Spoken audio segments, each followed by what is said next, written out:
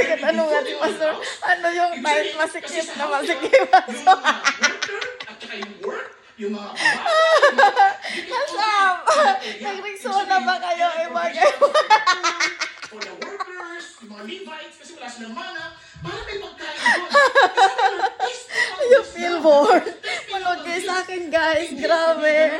Pagkatapos ko magriksona, kailangan ko maglagay na toilet paper sa aking kilikele para hindi siya mag-smell bad, smell good.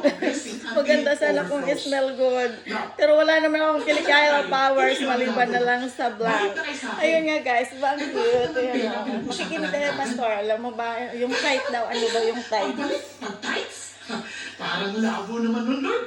O, hindi ka, parang kausap mo na yan, mga Israelites, huwag niyo man isipin kayo to. Huwag niyo, hindi kayo. Ang saya ko no, pagsubaya ko no, kapag hindi ako nakaka-encounter ng Sabi nga, alam bakit? Sabi Lord, I'm ganito good, kasi I'm yan. nice, No happy one can person. serve two masters.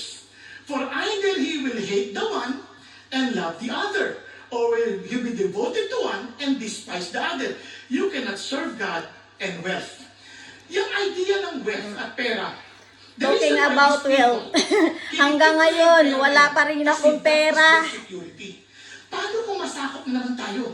Paano kung tayo na naman ay magapi ng ibang bayan? Paano kung palayasin na naman tayo? Paano kinabukasan natin? Diba? Kaya anything na nagiging seguridad natin, other than God, Diyos Nagriksona ba yan. kayo? Kasi dapat, ang security natin, sa Diyos lang manggagaling, hindi kung sino-sino. Hindi asawa, hindi anak, mga magulang, minsan anak ang security nila eh. Parang pinag-aral ko to, maasa ako, nasa alam mga hamo sa aming kahirapan. Tapos, doon namatay, di ka nagagalit sa Diyos. Kasi nga isip nila, yun ang kanilang hahango, yun ang kanilang nagiging Diyos. Huwag ganun. Ang sinasabi ng Diyos, dapat pakita nyo, ako pa rin ang security ninyo. Ako pa rin ang Diyos na mga angalaga sa inyo. Nasusunod po natin. Kaya naman, tinan nyo, ang palatandaan na nagsisilbi tayo sa pera at hindi sa Diyos, isa sa mga palatandaan, for this reason, I say to you, do not worry, do be worried about your life as to what you will eat, what you will drink, nor for your body as to what you will put on. Is not life more than food, and the body more than clothing? Kaya huwag kayong mag-alala sa kakainin. Kung lagi tayo nag-aalala, anong susuotin, anong kakainin, nagjudyos-diyosan ka. Sumusunod ka sa pera. Ouch! Paano Kasi ba yan? ang Hands up! alalahanin sa atin, ang alalahanin natin, ano? Inulit naman, ang hanapin ang kaharian ng Diyos, ang kanyang pag-aari at ang kanyang kalooban. At lahat ng ito, idaragdag niya sa iyo.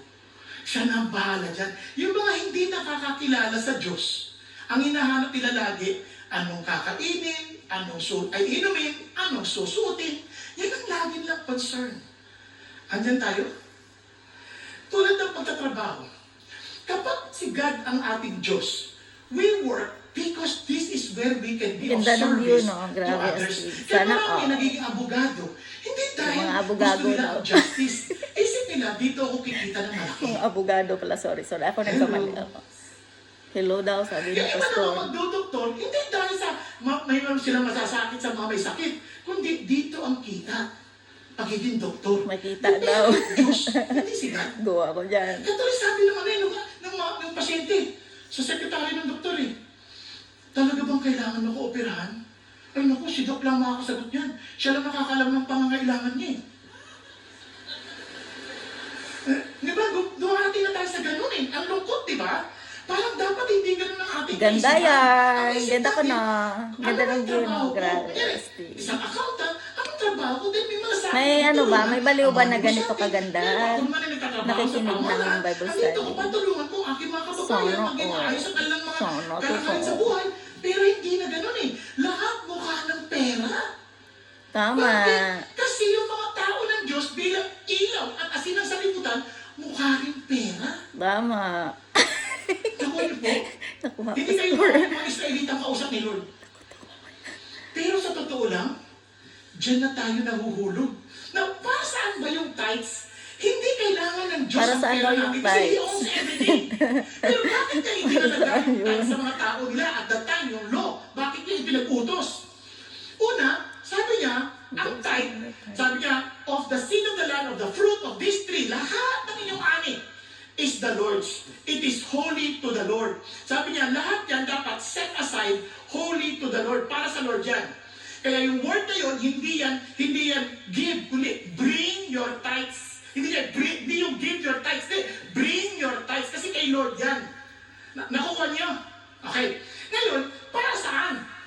Sabi niya, to honor the Lord. Honor the Lord from your wealth, from the first of all your produce. So your Bye, barns guys. will be filled with Makikinig ako plenty mamaya and na your lang, vats ha? will overflow with new Kasi wine. baka bumait Una, kayong ang lahat.